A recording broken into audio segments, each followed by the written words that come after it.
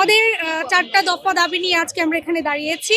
আর প্রথম দফাটা হচ্ছে, যতদিন পর্যন্ত বাংলাদেশের নারীদের উচ্চশিক্ষার জন্য ইডেন মহিলা কলেজের অনুরূপ শিক্ষার্থী ধারণ ক্ষমতা ও সুযোগ সুবিধা সম্পন্ন প্রতিষ্ঠান বা বিশ্ববিদ্যালয় প্রতিষ্ঠান না হচ্ছে, ততদিন পর্যন্ত ইডেন কলেজের কোনো অবস্থাতেই সহশিক্ষা চালু না করা।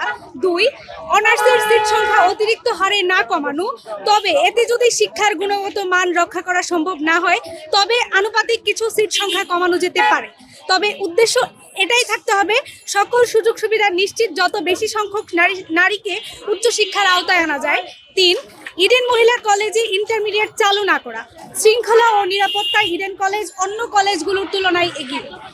এর অন্যতম কারণ এখানে শুধু অনার্স ডিগ্রি চালু আছে, শিক্ষার্থীরা সমবয়সী ও সমমনা। কিন্তু ইন্টারমিডিয়েট চালু হলে প্রতিষ্ঠানের শিক্ষার্থীদের মাঝে বয়স ও প্রজন্মের একটা পার্থক্য তৈরি হবে, এতে বোঝাপড়ায় সমস্যা হবে।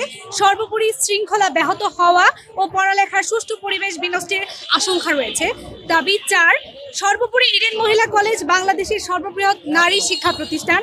পৃথিবীর অনেক দেশেই নারীদের জন্য সরকারি বিশ্ববিদ্যালয় থাকলেও বাংলাদেশের 8.5 কোটি নারীর জন্য একটিও নেই।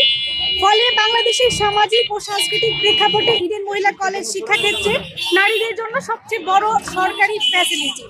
এই কলেজকে নিয়ে এমন কোনো সিদ্ধান্ত গ্রহণ করা যাবে না যাতে করে বাংলাদেশের নারীদের উচ্চশিক্ষার পথ সংকুচিত হয় এবং সর্বোপরি নারী উন্নয়নকে বাধাগ্রস্ত করে। ধন্যবাদ।